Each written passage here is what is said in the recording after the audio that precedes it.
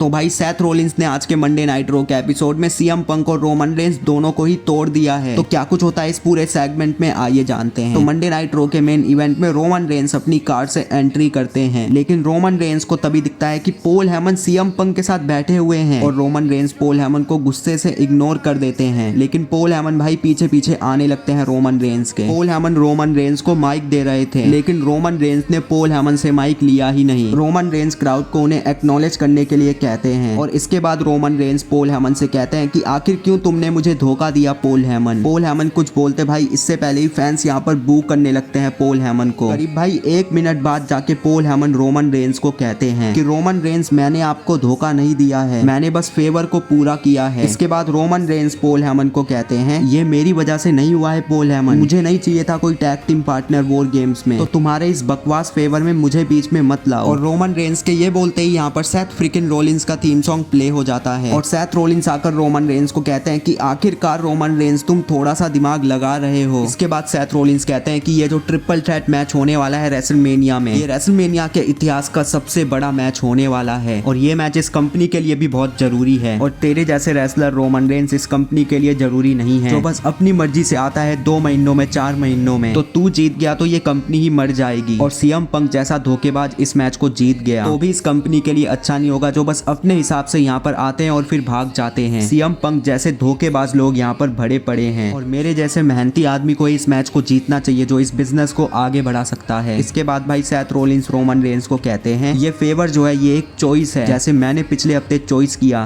कि मैं Paul Heyman को हॉस्पिटल नहीं भेजूंगा। पॉल हेमन सीएम पंक के कॉर्नर में नहीं होगा रेसलमेनिया में। पॉल हेमन ने चॉइस कर लिया है, पॉल हेमन ने अपना डिसीजन ले लिया है और रोमन ये बस एक धोखा नहीं है पॉल हेमन का, एक फाइनल पजल है। ध्यान से सोचो कि पॉल हेमन बस क्या फेवर रिटर्न कर रहा है सीएम पंक को। रोमन रेंस तुझे ये समझना होगा आखिर क्यों पॉल हेमन तेरे ऊपर चॉइस कर रहा है सीएम पंक को। पहले तो भाई रोमन रेंस पॉल हेमन से कहते हैं कि ये बिल्कुल सही कह रहा है, लेकिन तभी एकदम से भाई रोमन रेंस सेथ रोलिंस को धक्का दे देते हैं ट्रम्बकल के पास। ये सब देखकर भाई पॉल हेमन बहुत ज्यादा खुश हो रहे थे, लेकिन तभी रोमन रेंस पॉल हेमन को भी धक्का दे देते हैं और इसके बाद best in the world CM Punk का थीम सॉन्ग यहाँ पर प्ले हो जाता है और फिर पंक और रोमन के बीच में ब्रॉल होने लगती है, लेकिन रोमन रेंस यहाँ पर पंक को एक स्पीयर मार देते हैं। लेकिन तभी सेथ फ्रिकिन रोलिंस पीछे से रोमन रेंस को एक चेयर शॉट मार देते हैं और इसके बाद सेथ रोलिंस एक स्टॉम्प सीएम पंक को मारते हैं और एक स्टॉम्प रोमन रेंस को और पॉल हेमन भाई ये सब देखकर एकदम शॉक हो जाते हैं और इसी तरह से आज का मंडे नाइट रो का एपिसोड यहाँ पर खत्म हो जाता है। तो ये आखिरी मंडे नाइट रो का एपिसोड था रेसलमेनिया से पहले। तो अब हमें ये ट्रिपल थ्रेट मैच देखने को मिलने वाला है इस संडे रेसलमेनिया 41 में और काफी ज्यादा हाई चांस है कि पॉल हेमन रोमन रेंस और सीएम पंक को धोखा देके सेथ रोलिंस के साथ जुड़ने वाले हैं रेसलमेनिया 41 में। बाकी भाई ये वीडियो यहीं तक की थी। अगर आपको ये वीडियो अच्छी लगी हो तो इस वीडियो को लाइक और चैनल को सब्सक्राइब जरूर से कर देना। मैं मिलता हूँ आपको नेक्स्ट वीडियो में, तब तक के लिए बाय गाइस।